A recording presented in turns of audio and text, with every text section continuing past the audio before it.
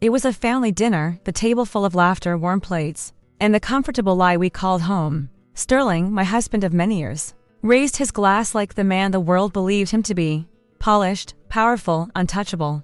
And then he turned to me.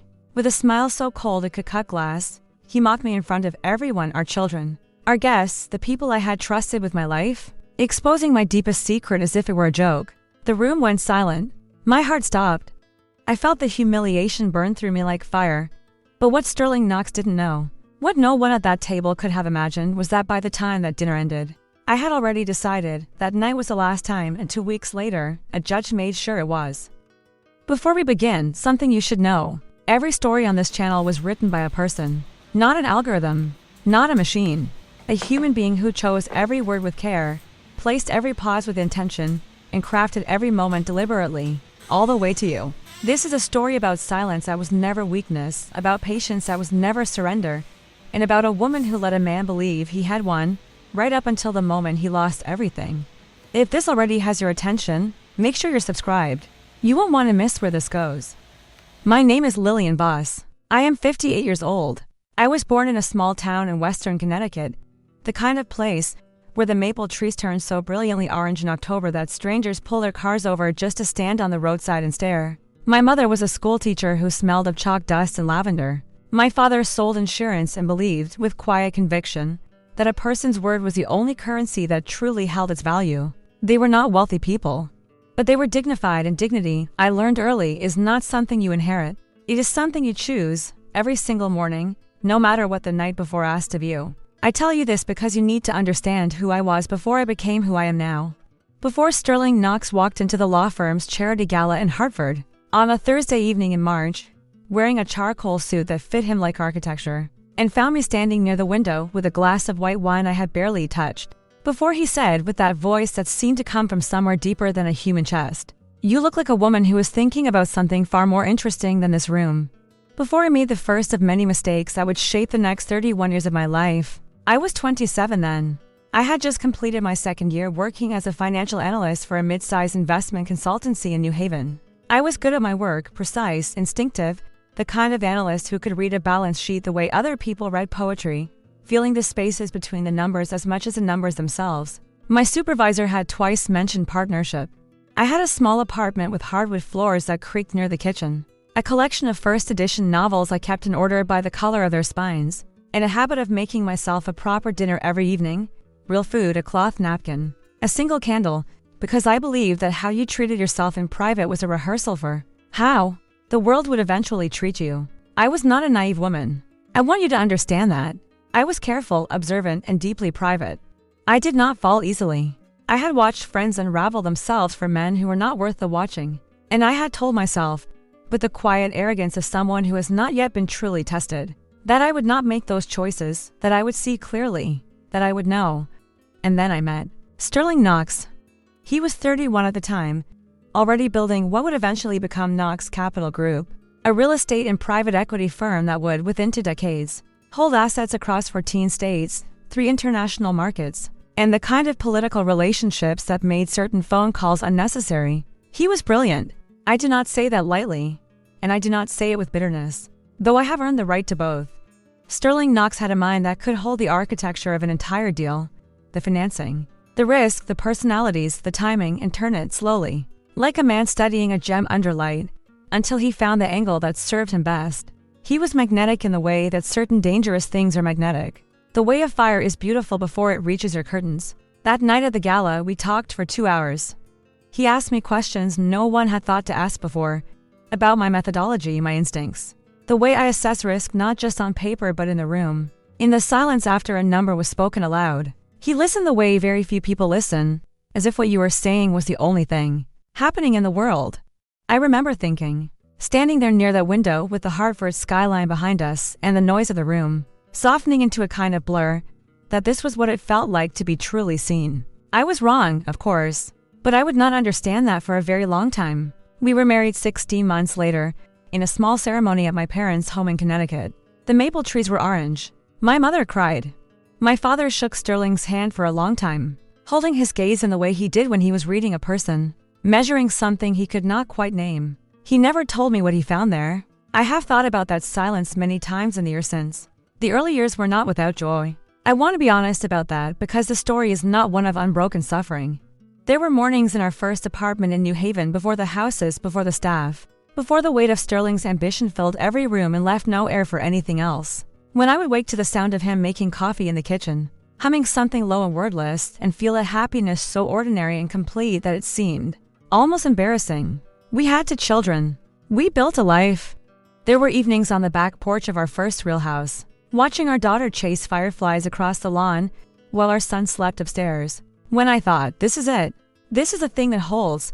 But even then, even in those first years, when the love was still larger than the doubt, I noticed things, small things at first.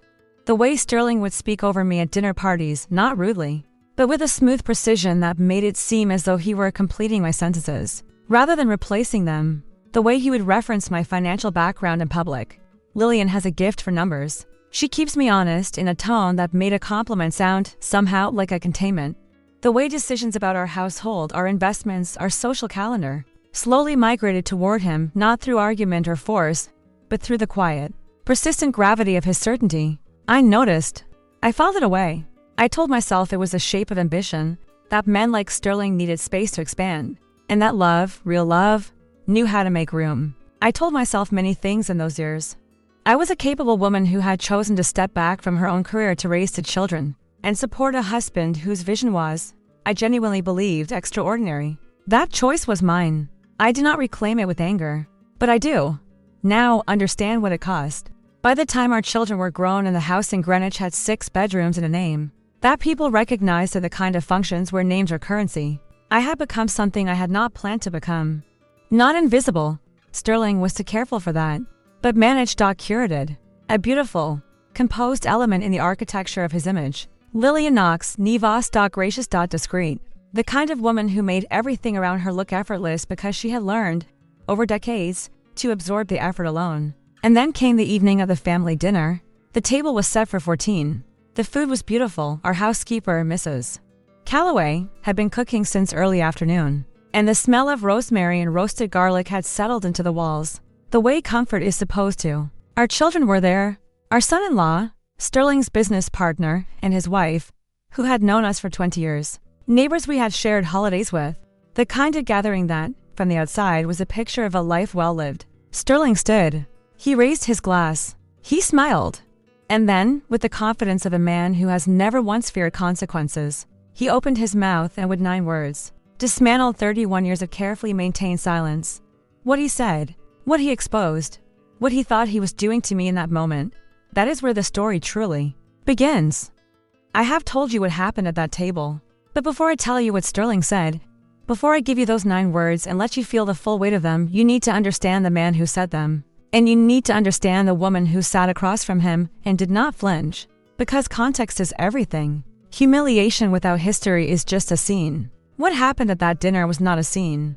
It was the final chapter of a very long book, and to understand the last page, you have to go back to the beginning. Sterling Knox was born in Bridgeport, Connecticut, the second son of a man who sold second-hand furniture and a mother who worked the overnight shift. At a textile plant, he did not come from money. He came from the memory of money, from the particular hunger of a child who grows up watching wealth from the outside, pressing his face against glass that belongs to someone else.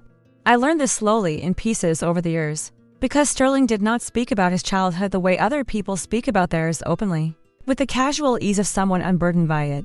He spoke about it the way a man speaks about a wound he has decided to use as fuel. Controlled, purposeful, as if even the telling of it was a transaction. He was intelligent from the beginning. His teachers said so. His neighbors said so. The scholarship committee at the University of Connecticut said so. When they offered him a full academic award in 1981, he studied finance and economics. He graduated first in his class. He was offered 3 positions before he had even collected his diploma, and he took the one that paid the least because it was the one inside the firm that had the most proximity to the kind of man he intended to become. He was 22 years old. He already knew exactly what he was doing. By the time I met him at the Hartford Gala, Sterling had spent 9 years learning the architecture of power the way a surgeon learns anatomy, not with admiration, but with a clinical, acquisitive precision. He knew how deals were structured. He knew how favors moved between men who would never put them in writing. He knew how to make himself necessary, how to position his intelligence as a service to people more powerful than himself, until the moment they became dependent on it, and then, quietly, he reversed the dynamic. He was, in the truest sense, a builder. What he built was influence. What he used as materials was other people's trust. I found this remarkable when I was 27. I find it clarifying now. What I did not understand then, what I would spend the better part of 3 decades slowly learning, was that Sterling's relationship to other people was fundamentally extractive, not always cruelly so. He was not a simple villain. He was charming, genuinely charming. In the way that requires real attentiveness and real intelligence, he remembered details, he asked follow-up questions. He made people feel in his presence that they were operating at a higher frequency than usual, sharper, more interesting, more consequential. That feeling was real. He produced it deliberately, the way a skilled chef produces a sauce, knowing every ingredient, controlling every temperature, serving it at the exact moment it would have the most effect. But it was always in service of something. Always. I remember the first time I saw it clearly, not as a suspicion, not as a vague unease I filed away and refused to examine, but as a fact. It was our 3rd year of marriage. We were at a dinner party hosted by one of Sterling's early investors, a man named Gerald Forsyth, who had put $300,000 into Knox Capital Group's first fund and watched it become nearly $2 million in 4 years. Gerald was in his late 60s, recently widowed, prone to long stories about sailing and a warmth that sat slightly too close to loneliness. Sterling was attentive to Gerald the way a gardener is attentive to a plant. He is planning to harvest. Every question placed with care, every laugh perfectly timed. I watched it across the table that evening, the whole performance, and I felt something shift in my chest that I did not have a name for yet. On the drive home, I said, carefully, "You were wonderful with Gerald tonight." Sterling glanced at me from the driver's seat. He smiled. "Gerald is going to double his position next quarter," he said. "He just doesn't know it yet." He said it without cruelty, without self-consciousness, as a simple statement of fact, the way you might note the weather or the time. And in that moment, in the dark of the car with the Connecticut highway unspooling in the headlights, I understood something about my husband that I had been carefully not understanding. For 3 years, Sterling did not distinguish between people he loved and people he used. He simply had a hierarchy of usefulness, and the people he loved, our children in his way, and perhaps me in his way, existed at the top of that hierarchy. We were the most useful, which meant we were the most managed. I did not leave. I want you to sit with that, because I know what some of you are thinking, and I will not pretend I don't. I did not leave. I told myself what people tell themselves when they are not yet ready for the truth of their own situation, that I had seen a single facet of a complex man, that every person has a calculating side, that what I had witnessed was ambition and not pathology, drive and not damage. I was 29 years old, pregnant with our 2nd child, and I had stepped away from the career that had defined me to help build something that, Sterling assured me, every day in small and large ways, was ours. It was not ours, but I did not know that yet. What I did know, in the years that followed, was this: Sterling Knox was not a man who respected what came easily to him. He respected the chase. He respected resistance. He respected, above all else, leverage, the places where one thing pressed against another and could, with the right application of force, be made to move. And because I was his wife, because I was present and constant and woven into the fabric of his life, I became, gradually, a thing he no longer needed to pursue, which meant I became a thing he no longer fully saw. That invisibility was not sudden. It was a slow dimming, like a room where someone turns the light down 1 degree at a time, so gradually that you do not notice until you are sitting in near darkness wondering. When the room got so dim, there were years, many years, when I functioned as his social architecture, the gracious wife, the elegant presence at the dinners and galas and charity functions that were, in truth, extensions of his business strategy. I was good at it. I had been trained by decades of watching my mother make rooms feel safe, and my father make people feel seen. And I brought both of those inheritances to a life that needed them and rewarded them with nothing. The children grew up in a beautiful house with a father who attended their recitals and coached one season of Little League and signed their birthday cards in handwriting that was always slightly too neat, as if even affection were something to be executed correctly, rather than felt freely. They loved him. Children loved the parent who was there, and Sterling was there, in the physical sense, reliably. What was not always there was the thing underneath the presence. The willingness to be ordinary with them. The capacity to sit in a room and need nothing from it. Our daughter, Caroline, understood this about her father before she could have articulated it. She was perceptive in the way that sensitive children of difficult fathers often are, attuned to emotional weather in a room the way some people are attuned to changes in barometric pressure. She would look at me sometimes, across a dinner table, while Sterling held court, with a look that was too old for her face. A look that said, "I see what this costs you." I never acknowledged it. I wish now that I had. Our son, Thomas, took longer to see it. He admired his father, with the straightforward intensity of a boy who wants to become something. And Sterling's accomplishments were real and substantial, and the kind that commanded admiration. From a distance. It was only when Thomas was in his mid-20s, working in finance himself, that he began to call me on Sunday afternoons with questions that were not quite questions, observations, that circled around a truth he was not yet ready to name about the man who had taught him what ambition looked like. I listened, I said what I could, and I waited. Because by the time Thomas was asking his careful Sunday questions and Caroline was watching me, with that look across dinner tables, I had already begun to see the full shape of what Sterling had built. Not just the public architecture of Knox Capital Group, with its marble lobbies and its 14-state footprint, and its name on 3 charitable foundations. The other architecture, the one underneath, the one that only becomes visible when you know where to look. And I knew where to look, because I had spent 30 years watching a man build things, and I had, in the process, learned everything he knew about how foundations are laid and how they can be quietly, methodically, irreversibly removed. Where are you watching this from right now? Drop your city in the comments. I want to know where the story is reaching. But on the night of the dinner, none of that was visible on my face. None of it was audible in the room. When Sterling raised his glass and smiled at me and said what he said, those 9 words, delivered with the casual cruelty of a man who has never once been made to answer for anything, I sat very still. I breathed. I kept my expression as composed as the surface of a winter lake. And underneath that surface, something that had been building for months. Documents gathered in silence. Phone calls made from a number Sterling did not have. A conversation with Arthur Pennington. In a conference room in New Haven on a Tuesday afternoon 6 weeks before. Locked into place with the quiet, final precision of a deadbolt sliding home. He thought he had just humiliated his wife. He had, in fact, just started the clock.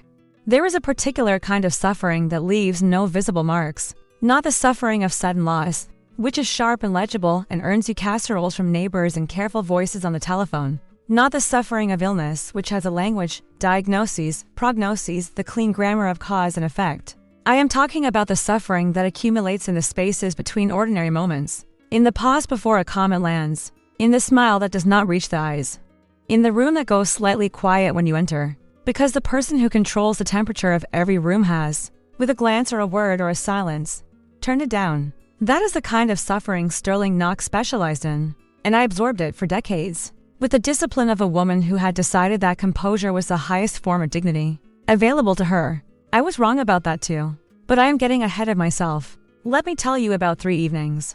3 moments that I have carried in my body the way you carry an old injury. Not always painful, but always present, always altering the way you move through a room. I tell you these 3 evenings not for sympathy. I have not needed sympathy for a very long time. I tell you them because they are the archaeology of what happened at that final dinner.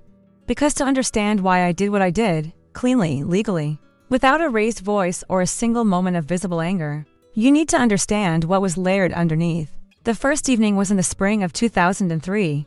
Our daughter Caroline had just turned 16, and we were hosting a dinner for 12. A mix of Sterling's business associates and what he called the neighborhood circuit. The rotating cast of affluent Greenwich families whose social proximity he cultivated with the same strategic patience he applied to his investment portfolio. I had spent 3 days preparing. Not because Mrs. Calloway couldn't manage it. She could and did manage far more complex events with barely any direction from me. But because I wanted to. Because cooking in those years was one of the few things that still felt fully mine. The planning of a menu, the sourcing of ingredients, the particular satisfaction of a table that looked effortless. Because it had been thought about carefully. It was a language I spoke fluently, and it was mine. The dinner was beautiful. The food was exceptional. I remember the centerpiece. White peonies and sprigs of rosemary in low glass vessels. Very simple. Very clean. And the way the candlelight made the crystal look like something worth stopping to notice. Our guests were happy. The conversation was warm. Sterling was, as always, commanding and generous at the head of the table. The sun around which every other presence organized itself. And then one of the guests, a man named Douglas Hale, A real estate developer from Westport whom Sterling had been courting for a joint venture, turned to me and said with genuine curiosity, "Lillian, Sterling mentioned you worked in finance before. Investment analysis, was it? What made you step away?" Before I could answer, Sterling laughed. It was a practice laugh, easy, warm, the kind that invites the room to lean in. "Lillian decided that raising our children was a better investment than any fund I could have put her in," he said. And she was right. The returns have been extraordinary. He raised his glass toward me as he said it. Several people smiled. Someone said, "How lovely." I smiled too. I said something gracious and forgettable. But what I heard beneath the compliment, beneath the warmth, beneath the raised glass was a real sentence. The one Sterling did not say aloud but had, in that practiced and effortless way of his, said perfectly clearly to everyone in the room, "She gave that up. It is gone. It belongs to the past, and I am the one who remembers it for her." 22 years of careful financial thinking, a career that had been building towards something real. Summarized, sealed, and filed away in a single charming toast without my permission, without my participation, as if the life I had led before him were a prologue that he had the right to title. I thanked him later in the kitchen after the guests had gone and Mrs. Calloway had quietly disappeared and the house was ours again. I said it was a lovely thing to say. He kissed me on the forehead and went upstairs. I stood at the kitchen sink for a long time, looking at the dark window above it, at my own reflection in the glass. The second evening was the winter of 2011. Thomas was 23 and had just been passed over for a position at a firm he had wanted badly. A disappointment he had shared with me privately on one of those Sunday phone calls, in the careful way he had of not quite admitting how much something had hurt him. I had listened. I had said the things a mother says, the true things, about timing and worth and a long arc that does not always reveal itself immediately. I had not told Sterling, because Thomas had not told Sterling, and I respected that boundary the way I respected all of my children's private terrain. 3 weeks later, at a dinner Sterling hosted for senior partners from a Chicago private equity firm, the kind of dinner where every detail was calibrated for impression, Sterling told the story of Thomas's rejection. He told it as a cautionary anecdote about the importance of positioning, about how even intelligent young men could misread a room and pay for it. He told it with the smooth authority of a man whose confidence has never been seriously questioned. And he told it with Thomas's name to for men Thomas had never met. As a lesson that served Sterling's point, I sat at that table and felt something move through me. That was colder and more precise than anger. It was not anger, anger is hot. What I felt was cold. A drop in temperature so sudden and complete that it clarified everything around me. The way a frost clarifies the outline of a landscape at dawn. I did not say anything that evening. I smiled. I passed the bread. I thanked her guests at the door with the warmth and grace that had become my most fluent language. Later, when Sterling was on the phone in his study, I went to my room and sat on the edge of the bed in the dark for a long time. Thomas never knew. I made certain of that. Some protections are the only ones available to you, and you take them. The third evening is the one that I returned to most often. Not because it was the cruelest, though it was the closest to cruel in the naked and unambiguous sense of the word, but because it was the moment I felt the last thread give way inside me. The moment I understood, with absolute clarity, that I had been operating under a fundamental misapprehension for 31 years. Not that Sterling was imperfect, not that our marriage was difficult, but that the man I had spent my adult life standing beside had, at some point so early that I could no longer locate it, stopped seeing me as a person whose interior life was real to him in the way his own was real to him. It was a Sunday afternoon in September of 2022. We were alone in the house, children grown, staff not yet arrived for the week.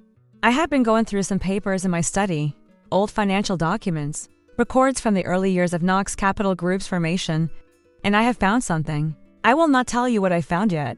That belongs to the next part of the story, and it deserves the full weight of its own moment. But what I found that Sunday afternoon changed the temperature of the room. I was sitting in as surely as if someone had opened a door onto winter. I went downstairs. Sterling was reading in the living room the Financial Times, a cup of coffee cooling at his elbow. The picture of a Sunday well spent. I stood in the doorway for a moment. He looked up. "I've been going through some of the early Knox Capital files," I said. My voice was even. I had practiced even for 30 years. He looked at me over the top of his reading glasses, a pause. Then, "Why would you do that?" Not, "What did you find?" Not, "Is everything all right?" Not even curiosity. The ordinary human curiosity of a person who has been observed doing something unexpected. Just, "Why would you do that?" As if my looking were itself the transgression. as if the records were not, in any meaningful sense, mine. Just organizing, I said. I smiled. I went back upstairs. And that evening, sitting at the desk in my study with the September light going copper through the window, and the papers spread in front of me, I made a decision that was not impulsive and not emotional, and not the product of that single cold Sunday afternoon, but the product of 31 years of small and large and medium-sized moments stacking themselves, with patient inevitability, into something that could finally bear the full weight of the truth. I opened my address book to the P section. I found the number I had not dialed in several years, and I sat with my hand on the phone for exactly the length of time it takes to be completely certain. Then I called Arthur Pennington. Arthur Pennington had been my attorney for 30 years, not Sterling's attorney, mine. That distinction matters more than it may seem at first, so I want you to hold it clearly. In a marriage like ours, where assets were jointly titled and accounts were jointly held, and the word ours had been used so consistently and so strategically, that it had come to feel like a weather condition rather than a choice, the fact that I had maintained, quietly and continuously, a separate legal relationship with a man whose loyalty was to me alone was perhaps the single most consequential decision of my adult life. More consequential in the end than any investment strategy. More consequential than any conversation, any confrontation, any of the 1,000 small negotiations that make up the interior life of a long marriage. I had retained Arthur in 1994, 2 years after Caroline was born, on the quiet recommendation of a woman I had met at a library fundraiser in Greenwich. A woman 10 years older than me, recently divorced, who had the particular clarity of someone who had learned an expensive lesson and decided to pass it forward. "Keep your own lawyer," she said, over coffee in the library's small meeting room while our children played in the hallway. "Not a shared one, yours. Someone who has never shaken your husband's hand socially." She said it without drama, the way you tell someone to keep an umbrella in the car. Practical, specific. A small act of foresight that I almost didn't take seriously. I took it seriously. Arthur was 51 when I first called him a compact, deliberate man who operated a small but extremely precise estate and financial law practice out of a suite of offices on Chapel Street in New Haven. He had wire-rimmed glasses and the kind of unhurried manner that communicates without announcement that he has seen a great deal and been surprised by very little of it. He did not ask unnecessary questions. He did not editorialize. He listened with the focused attention of a man who understands that in law, as in surgery, the difference between a good outcome and a catastrophic one is almost always in the preparation. Over 3 decades, our relationship had been largely quiet, annual reviews of my personal estate documents, guidance on a small investment portfolio I maintained independently, funds that had come to me through my mother's estate and which I had, with Arthur's counsel, grown carefully and without Sterling's knowledge or involvement. Not because I was hiding them, they were disclosed in our joint tax filings, a line item Sterling had never once asked about, but because they were mine. And I had learned early that the things that were mine needed to be held separately from the things that were ours, or they would eventually cease to be mine at all. When I called Arthur that September Sunday in 2022, I told him I needed a meeting, not a phone call. A meeting in his office with the door closed and no interruptions. He said Tuesday at 2 o'clock. I said yes. I spent Monday and Tuesday morning going back through the papers I had found, and the more carefully I read them, the more complete the picture became, not just of what Sterling had done, but of how long he had been doing it and how thoroughly the structure had been designed to obscure itself. Let me tell you what I had found. In the early years of Knox Capital Group, the formative period between 1989 and 1994, when the firm was transitioning from a single fund operation into the multi-vehicle structure that would eventually become its permanent architecture, there had been a significant capital shortfall. Sterling had secured his anchor investors, but the bridge financing he needed to complete the fund's initial close was not materializing on the timeline the deals required. He was, in the language of private equity, overextended, committed to acquisitions he could not complete without capital he did not yet have. I knew this in a general way, because I had been his wife during those years, and I had watched the stress of it move through our household the way weather moves through a house, felt in the temperature of rooms, in the quality of silences, in the way he held his coffee cup in the mornings with both hands as if it were the only warm thing available to him. What I did not know, what I had never been told, what had been structured with apparent deliberateness to ensure I would never be told, was how the shortfall had been resolved. It had been resolved with my money, not stolen, not taken without a legal instrument. Sterling was too careful for crew theft. That was never his method, and it was not his method here. What he had done was more elegant and more damning. In 1992, he had come to me with a document. I remember this now, with the specific texture of a memory that has been waiting to be correctly understood, and asked me to sign it. He had described it as a spousal consent form, standard for certain types of investment account restructuring, something our joint financial advisor had requested. I had signed it. We were young. We had a toddler and a newborn in a life that was moving at a speed that made paperwork feel like a minor administrative event in a much larger story. What I had signed was not a consent form. What I had signed was a limited partnership agreement that authorized the transfer of $840,000 from my personal investment accounts, the accounts Arthur had helped me build. The accounts descended from my mother's estate and my own pre-marriage earnings into Knox Capital Group's founding fund as a silent limited partner position.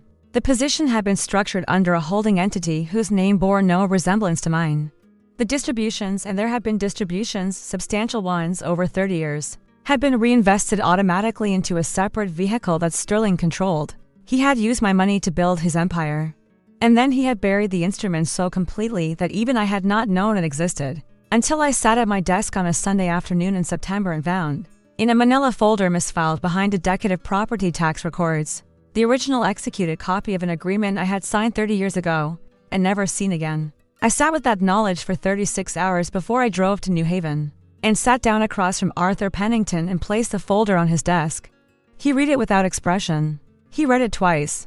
Then he set it down, removed his glasses, and looked at me across the desk with a steady, unsurprised gaze of a man who has spent 30 years waiting for a conversation he knew was eventually coming. "How long have you known?" he asked. 36 hours, I said. He nodded slowly. "And before that?" "I signed what he told me to sign," I said. "And I trusted what he told me it was." Arthur put his glasses back on. He picked up the folder again, turned to the third page, and pointed to a line item in the schedule of assets. "This holding entity," he said. "Do you have any documentation of its formation?" "Not yet," I said. "I'll need everything you can find," he said. "And Lillian," he paused. In the way he paused when what followed was the thing that actually mattered. "I need you to understand that what we are looking at here is not just a civil matter. If the fund's formation documents misrepresented the source of this capital to other investors, if the signature was obtained under false pretense, we are in territory that involves regulatory bodies and potentially a federal prosecutor's interest." I looked at him. "I understand," I said. "This will not be quiet," he said. "I know," I said. "It doesn't need to be quiet anymore."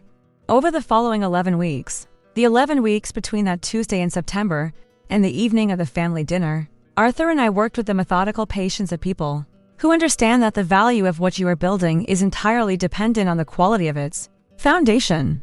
He engaged a forensic accounting firm whose principal had 30 years of experience in private equity fraud. I provided every document I could locate, accessed every account to which I had legal standing, and answered every question Arthur and his team put to me with the precision of a woman who had spent 30 years in proximity to the language of finance and had never, not once, stopped understanding it. What emerged over those 11 weeks was a picture of extraordinary scope. The misappropriated founding capital was only the beginning. Over 3 decades, Knox Capital Group had been operated in ways that its fund documents did not disclose, and its investors did not know. These had been structured to benefit Sterling personally at the expense of the limited partners. Related party transactions had been executed without the required disclosures. And underneath all of it, the bedrock on which the entire structure rested was a silent limited partnership position funded by my accounts, which had never been disclosed to any other investor, as a related party interest, which constituted a material misrepresentation in the fund's formation documents, in which Arthur's team concluded after 6 weeks of analysis, potentially invalidated the legal standing of the entire founding fund structure. I had not just financed part of Sterling's empire. I was, in the precise legal sense, a founding limited partner whose existence had been concealed. And that concealment, compounded across 30 years of subsequent fund structures all built on the same foundation, had created a chain of liability that wound through every vehicle, every acquisition, every relationship Sterling Knox had ever leveraged to make himself untouchable. He had built his empire on a secret, and the secret was me. Have you ever been underestimated by someone who should have known better? Tell me in the comments. I read every single one. By the time Sterling raised his glass at that family dinner and smiled at me and said what he said, By the time he exposed my deepest secret to 14 people around a candlelit table as casually as a man discards something he believes has no further value, the filing was already prepared. Arthur had it on his desk. The forensic report was complete. The regulatory referral had been drafted. The temporary restraining order on Sterling's personal accounts, to be filed the morning after the dinner, was awaiting my final authorization. I had given it 3 days before. From a phone in Arthur's conference room, with the afternoon light coming gray and clean through the New Haven windows, and the sound of Chapel Street traffic below, I had looked at the signature line, and I had signed my name, Lillian Voss, the name I had kept, the name that had always been mine, and I had felt, for the first time in a very long time, the specific and irreplaceable satisfaction of a woman who knows exactly what she is doing. Sterling thought, at that dinner, that he had just humiliated his wife. He thought he had won something. He thought the smile on my face was a smile of a woman absorbing another wound in silence, the way she always had, the way she always would. What he could not see, what none of them could see, was that I was not absorbing anything. I was watching. I was memorizing. I was, in the quiet of my own chest, saying goodbye to a room I had already left. The table was set for 14. The food was beautiful, and the empire that Sterling Knox had spent 30 years building on the buried foundation of my silence was, at that exact moment, 11 hours away from beginning to fall. The morning after the dinner, I woke at 5:47, not because an alarm had sounded. I had not set one. I woke because my body understood, in the wordless way that bodies sometimes understand things before the mind has finished processing them, that this was the day the architecture changed. That from this morning forward, every room I walked into would have different dimensions than the ones I had spent 31 years memorizing. I lay still for a moment in the gray pre-dawn of the bedroom I had shared with Sterling for 2 decades in this house. The bedroom with the tall windows that looked out over the back garden and the sound of the Connecticut morning coming in faint and clean through the glass. And I did something I had not done in longer than I could accurately remember. I let myself feel it.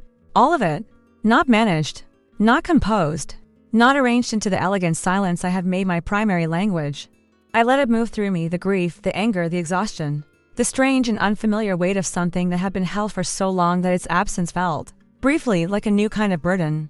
It lasted perhaps for minutes. Then I got up, dressed in the gray wool suit I had chosen 3 days earlier, drank 1 cup of black coffee standing at the kitchen window, while the garden came slowly into the early light, and drove to New Haven. Arthur was already at the office when I arrived at 7:15. His assistant, a young woman named Patricia, who had worked for him for 11 years, and who communicated primarily through a quality of organized stillness that I had always found deeply reassuring, handed me a cup of tea without being asked and directed me to the conference room where Arthur was, standing at the head of the table with 3 members of his team, and the forensic accountant whose name was David Sorrento, a precise, compact man of 60, with the manner of someone who has spent his career in rooms where the truth was being recovered from underneath something designed to conceal it. The filing had already been submitted. At 7:03 that morning, Arthur's office had filed with the United States District Court for the District of Connecticut a civil complaint naming Sterling Knox and Knox Capital Group as defendants in a matter involving securities fraud, breach of fiduciary duty, and the fraudulent concealment of a material limited partner interest. Simultaneously, a referral had been transmitted to the Securities and Exchange Commission's Enforcement Division, accompanied by the full forensic report and the original executed limited partnership agreement bearing my signature and the date of February the 14th, 1992, Valentine's Day. I had noticed, with a particular and involuntary clarity, when I first reread it, the temporary restraining order on Sterling's personal accounts had been granted at 6:51. The judge who signed it was a woman named the Honorable Margaret Calloway, no relation to our housekeeper, though I had noted the coincidence with a quiet and private amusement that surprised me, who had been on the federal bench for 14 years and was known, Arthur told me without editorial comment, for her impatience with what she called the architecture of concealment in financial fraud cases. Sterling learned about the filing at approximately 8:30 that morning, when his personal attorney called him. I know this because Caroline called me at 8:47, her voice very careful in the way it became when she was frightened and trying not to show it, and told me that her father had called her, and that he had said, and she paused here, as if deciding how much of the sentence to deliver, that you had done something that was going to destroy the family. The family is not being destroyed, I told her, the fiction is. She was quiet for a moment. Then she said, Mom, how long have you known? Long enough, I said. Come to Arthur's office at noon if you want to understand what is happening. Bring Thomas if he'll come." They both came. The period between the initial filing and the principal hearing before Judge Calloway spanned 9 days. 9 days during which the legal machinery moved with a speed and efficiency that I think even Arthur had not fully anticipated, because the documentary record was so complete and so clear that there was very little room for the kind of procedural delay that complex financial litigation typically generates. Sterling's legal team, 3 attorneys from a firm in Manhattan at charged rates, which would have made most people's eyes water, filed 2 motions to dismiss and 1 emergency motion to dissolve the temporary restraining order. Judge Calloway denied all 3, in each case with a brevity in her written orders that communicated, to those fluent in the language of federal judicial temperament, something close to impatience. Sterling called me once during those 9 days. It was the 3rd evening, a Thursday, just after 9 o'clock. I was in the small guest room at the back of the house that I had moved into the morning after the dinner, not out of drama, but out of a practical understanding that proximity to him served no purpose I could identify. My phone lit up with his name, and I looked at it for 3 full rings before I answered. Lillian. His voice was different. Not broken. Sterling Knox's voice did not break, not then, possibly not ever, but compressed. Thinned the way a material thins when it is under stress that it was not engineered to absorb. "Sterling," I said. "We need to talk about this," he said. "Before it goes further. There are things you don't understand about how the fund was structured, context that your attorney doesn't have." "Arthur has everything," I said. "He has had everything for 11 weeks. A silence. Long enough that I could hear him breathing. 11 weeks, he said. Not a question. "Yes," I said. Another silence. Then, very quietly, in a register I had not heard from him before, not anger, not calculation, but something older and rawer than either, he said, "Why didn't you come to me first?" And I thought about that question. I thought about all the ways I could answer it, the years of answers it contained, the accumulated weight of every dinner party and every signed document and every Sunday afternoon, and every moment of managed silence that had built, stone by stone, into the wall between what our marriage had appeared to be and what it had actually been. I thought about the 9 words he had said at the family dinner, and the way Caroline had looked across the table when he said them, and the way Thomas had gone very still, and the way I had sat in the sudden silence of that room and felt, for the last time, the particular burn of a humiliation that I had finally, irrevocably, decided I was done absorbing. "Because," I said, "you would have managed it, and I was done being managed." I ended the call. I set the phone face down on the nightstand. I sat in the quiet of the small guest room for a long time, listening to the house settle around me, the old sounds of it, the creak and sigh of a structure that had been standing for decades, and I felt, underneath the exhaustion and the grief and the strange suspended quality of those 9 days, something that I recognized slowly as the early stages of relief. The hearing before Judge Calloway was held on a Tuesday morning in November. The courtroom was federal, high ceilings, pale wood, the particular quality of institutional light that flattens everything it touches into equal visibility. I sat at the plaintiff's table beside Arthur, who had dressed, as always, with the precise and remarkable correctness of a man whose appearance is designed to direct all attention away from himself and toward the matter at hand. David Sorrento sat 2 rows behind us. Caroline and Thomas sat in the gallery. I did not look at them when I came in. I did not need to. I knew they were there. Sterling sat at the defense table across the aisle. He was wearing his charcoal suit, the one that fit him like architecture, the one he had been wearing the night I met him 31 years ago at the Hartford Gala. I do not know if the choice was deliberate. I do not know if Sterling was capable, by that point, of the kind of deliberateness that choice would have required. He looked, when I allowed myself a single glance, like a man who had spent 9 days discovering that the ground he had been standing on was not the ground he had believed it to be.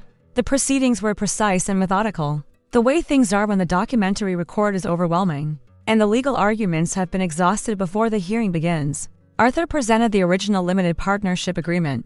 He presented the forensic accounting report, 147 pages, summarized an oral argument in 22 minutes with the kind of efficiency that comes from complete mastery of material. He presented the fund formation documents and the private placement memoranda from 1992 through 2004, each one bearing the structural fingerprint of the concealed founding interest. He presented the distribution records for the holding entity, 30 years of distributions, compounded and reinvested. That David Sorrento's analysis valued at a figure I will not state here except to tell you that, when it was read aloud in that courtroom, One of Sterling's attorneys wrote something on his legal pad and slid it across the table, and Sterling looked at it and did not move for a very long time. Sterling's team had 3 arguments. The first was that my signature on the original agreement had been fully informed and voluntarily given. Arthur produced the email correspondence from 1992 in which Sterling had described the document to me in writing as a spousal consent form for account restructuring.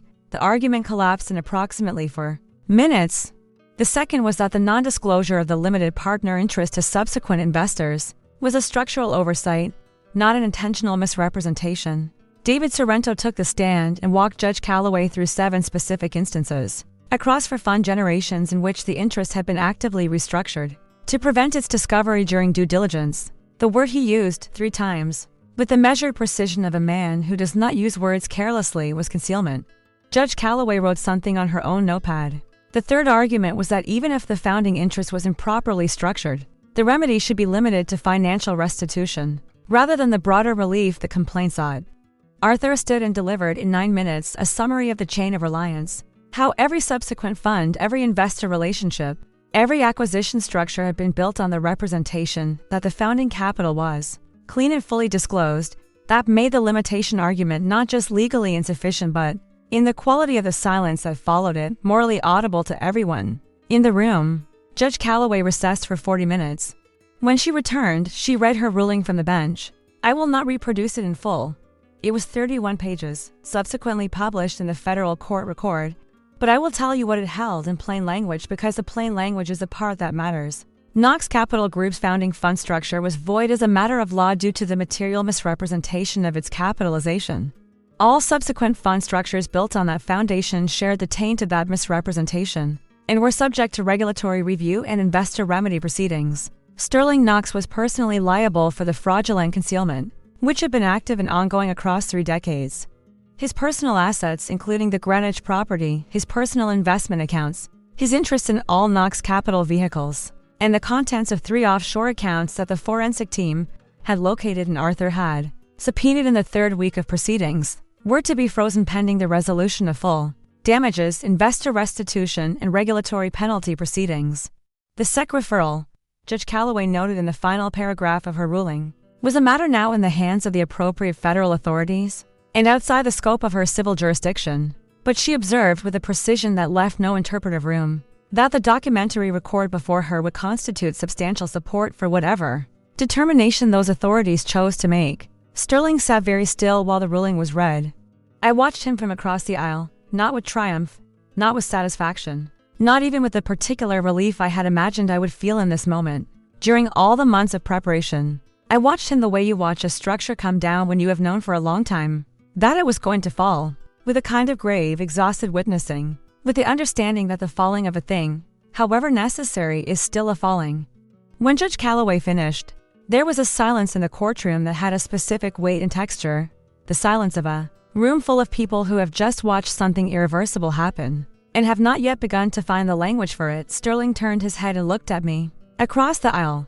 For a long moment, 5 seconds, perhaps 10, we looked at each other across everything that had been built, and everything that had been buried, and everything that was, at this exact moment, finally, irrevocably over. His expression was not the one I had expected. It was not anger. It was not the cold contempt of the man who had smiled at me across a dinner table and exposed my deepest secret as if it were a party trick. It was something quieter than that. Something I could not entirely name and did not try to.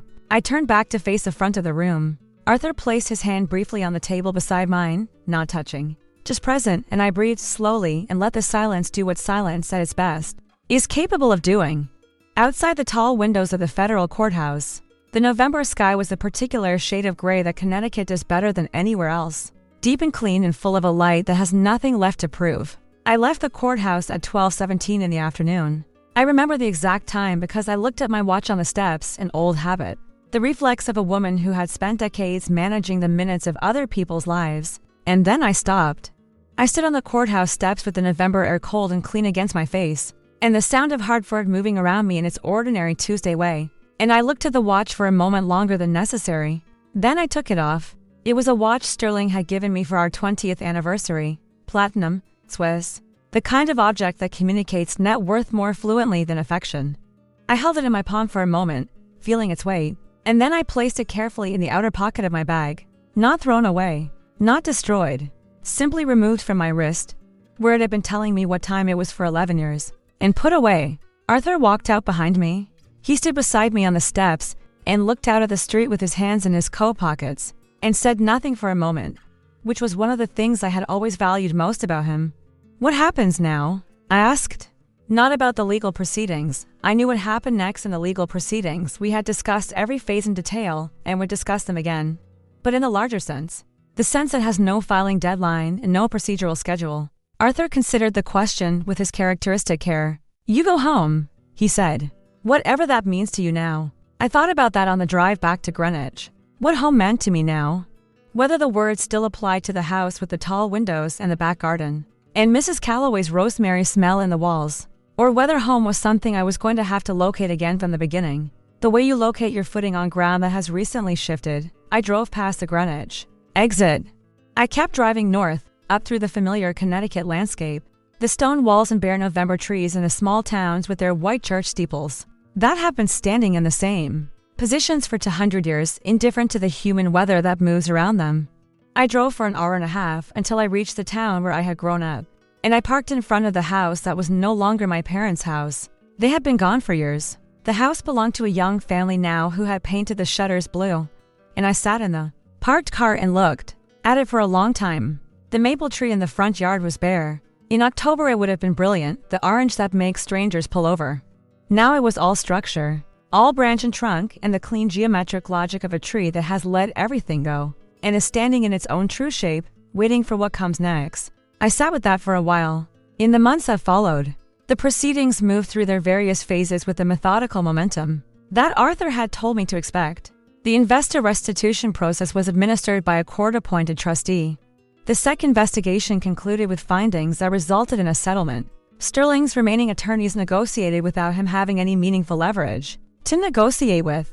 The Greenwich house was sold as part of the asset liquidation. I had already moved out into a rented apartment in New Haven with hardwood floors that creaked near the kitchen, which I chose deliberately, consciously, as a kind of return to something true. Caroline came to see the apartment before I had finished furnishing it. She stood in the empty living room with afternoon light coming through the uncurtained windows, and looked around at the bare walls and the boxes still stacked along one side and said, quietly, "It looks like a beginning." "Yes," I said, "that's the idea." Thomas took longer. Thomas had built a part of his own identity on the architecture of his father's success. Not dishonestly, not cynically, but in the way that children do. Taking the materials available and constructing something they hope will hold. The dismantling of that architecture required him to go back through his own history and reassess things he had believed were solid. And that process was painful in ways I could witness, but not shortcut for him. We talked on Sunday afternoons, as we always had. I listened. I said the true things. I waited. He called me on a Sunday in March, 6 months after the hearing, and said, "I've been thinking about what you said, about being done being managed." "Yes," I said. "I think I understand it now," he said. "I think it took me this long because I had to figure out how much of it applied to me too." I did not say anything for a moment. I let the words settle. "That's the hardest kind of understanding," I said. "The kind that changes something in you, not just something you think about someone else." He was quiet. Then, "Are you okay, Mom?" "Yes," I said. And I meant it, not as reassurance, not as a managed response of a woman performing composure for the benefit of the person asking, but as a simple and accurate statement of fact. I was okay. I was, for the first time in a very long time, something close to free. People have asked me, in the years since all of this became known, because these things do become known, in the way that things of this magnitude move through the social fabric of a community, whether I feel vindicated, whether justice was served, whether I am glad. I have thought carefully about how to answer those questions, because I think the easy answers, yes, yes, and yes, are not the true ones, or at least not the complete ones. What I feel is not vindication. Vindication implies that I needed the external verdict to confirm something I was uncertain about. I was not uncertain. I had not been uncertain for a very long time. What I feel is closer to resolution, the particular quality of stillness that comes when something that has been unfinished for too long is finally, properly complete. In justice, the word is large and I am careful with large words. What happened in that courtroom was legal accountability. And legal accountability is not the same as justice in the full moral sense, because the full moral sense of justice would require Sterling Knox to genuinely understand what he took from me, not the money, not the legal standing, not the 30 years of distributions that were mine and that I never saw. What he took was simpler and more fundamental than any of that. He took the assumption of my own good faith. He made me a partner in the construction of a lie I did not know I was building, and no court order, however precisely worded, can fully address that particular theft. But accountability is not nothing. Accountability is, in fact, a great deal.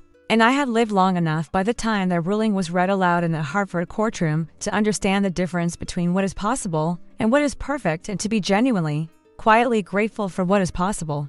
As for glad, yes, I am glad. Not in the way of someone who has watched an enemy fall and feels the fierce bright pleasure of it. In the quieter way of someone who made a series of very deliberate choices under very difficult conditions and watched them, one by one, hold.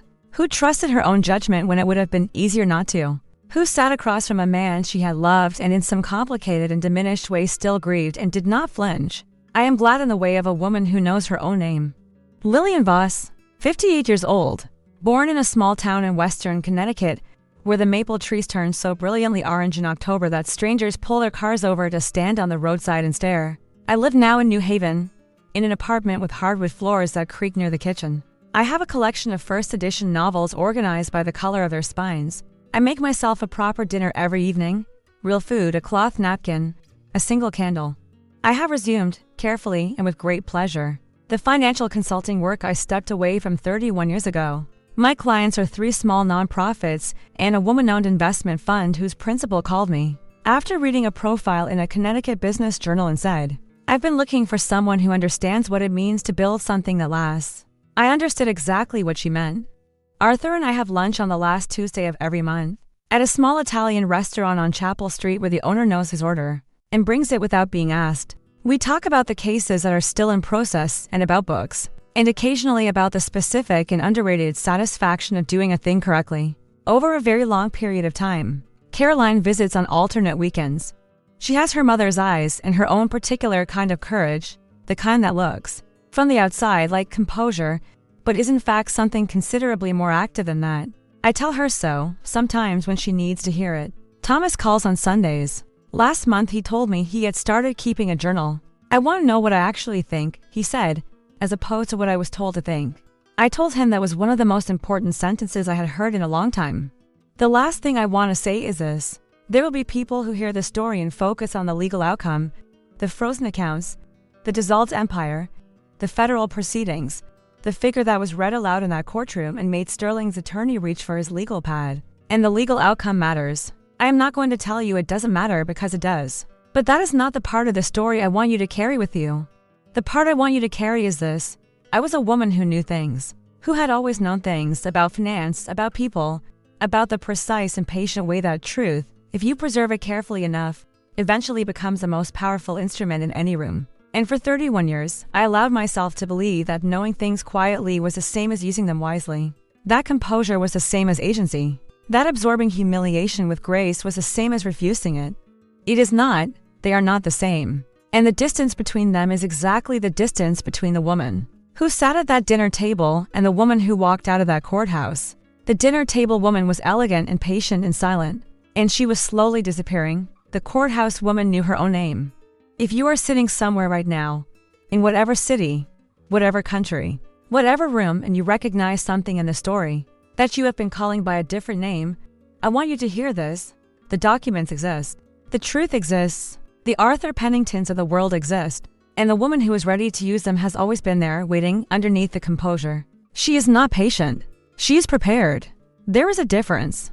And when you are ready, not when it is comfortable, not when it is safe, not when everyone around you has given you permission, the clock starts. If this story stayed with you, tell me where you watched it from, your city, your country. Let's see how far Lillian's story traveled.